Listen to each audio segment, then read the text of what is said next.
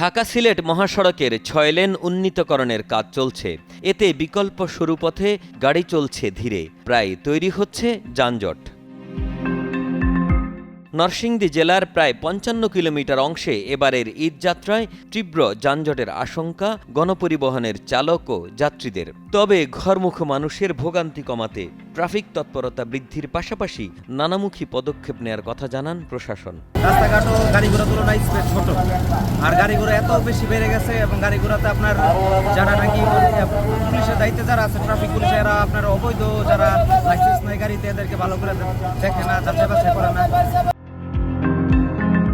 রাজধানী ঢাকা ও এর আশেপাশে বিপুল সংখ্যক সিলেটের মানুষ থাকছেন। ঈদে ঢাকা ছাড়তে যাতায়াত করবেন ঢাকা সিলেট মহাসড়কে।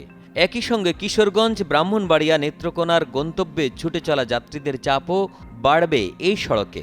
তবে মহাসড়কের উপর অবৈধ দোকানপাট, সবজির হাট, যত্রতত্র পার্কিং, অবৈধ থ্রি হুইলার নিয়ন্ত্রণ করা না গেলে ভোগান্তি বাড়ার কথা জানান চলাচলকারীরা। অনেক সমস্যা হইতেছে, আমাদের টাইমলি বের হইলেও লেট হইতেছে, রাস্তা ঠিকমতো কলেজে পৌঁছানোটা হইতেছে না জ্যামের কারণে।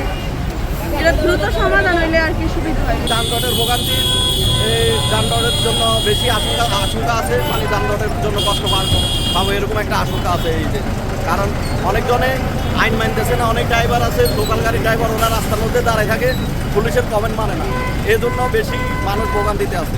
না প্রচুর জ্যাম হবে, বাড়িতে অনেক জ্যাম হবে। আপনার এই যে মেন রোডে অটো চলে আসছে, রিক্সা অটো কেরকম মানে না, তো পুলিশ ট্রাফিক এদের অবস্থা আপনি দাঁড়ায় দেখেন, 5 মিনিট সাইডে দাঁড়ায় দেখেন, কেউ কাউরে মানে না, পুলিশ সার্জেন এদেরকে তো মানেই না। এভাবে চলতে থাকে তো ভাই খুবই সমস্যা। এবার ঈদে খুবই জ্যাম হবে, খুবই কষ্ট হবে মানুষের।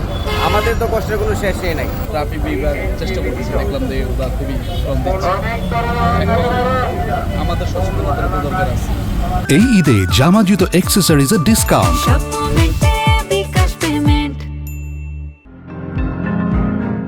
সড়ক ও জনপথ বিভাগ জানিয়েছে, ঢাকা সিলেট মহাসড়কের নরসিংদীর 10 কিলোমিটার তাদের আওতায় আছে, আর বাকি অংশ রয়েছে ঢাকা সিলেট করিডোর উন্নয়ন প্রকল্পের আওতায়। ঢাকা সিলেট মহাসড়কের 54 কিলোমিটার সড়ক অংশ নরসিংদী সড়ক বিভাগের আওতাধীন। তার মধ্যে 10 কিলোমিটার আমাদের নরসিংদী সড়ক বিভাগের আওতায় এখন রয়েছে, এবং বাকি অংশে সাসেক ঢাকা সিলেট উন্নয়ন প্রকল্পের আওতায় কাজ করা হচ্ছে।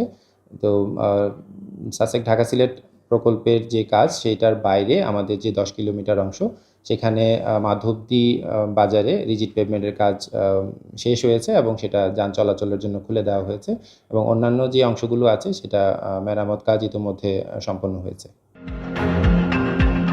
এদিকে সড়কে যানজটের ভোগান্তি কমাতে প্রয়োজনীয় পদক্ষেপ গ্রহণের আশ্বাস দেন নরসিংদীর পুলিশ সুপার। জানেন যে ঈদের সময় আসলেই মানুষের ঘরমুখো যে যাত্রা সেটি কিন্তু অনেক গুণে বেড়ে যায়, গাড়ি ঘোড়ার আনাগোনা অনেকটা বেড়ে যায়।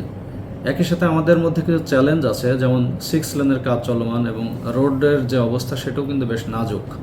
তো সেক্ষেত্রেও আমরা রোডস অ্যান্ড হাইওয়ের সাথে কথা বলেছি এবং সমন্বিত কিছু মিটিং করেছি রোডগুলোকে যাতে দ্রুত সংস্কার করা যায়।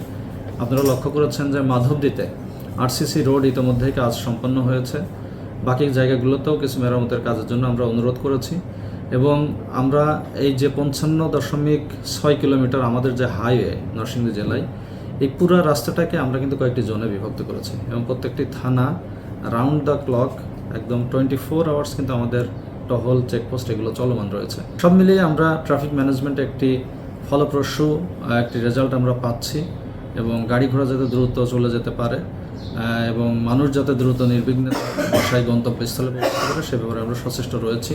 যাতে মহাসড়কে থ্রি হুইলারগুলো না আসতে পারে সে ব্যাপারে আমরা তাদেরকে সচেতন করছি, এবং মাঝে মাঝে আমরা তাদের বিরুদ্ধে মামলাও দিচ্ছি, অনেক আর্থিক জরিমানা দেয়া হচ্ছে। প্রশাসনের সুষ্ঠু নজরদারি ও পদক্ষেপে ঈদযাত্রা হবে নির্বিঘ্ন, এমন প্রত্যাশা যাত্রী ও চালকদের।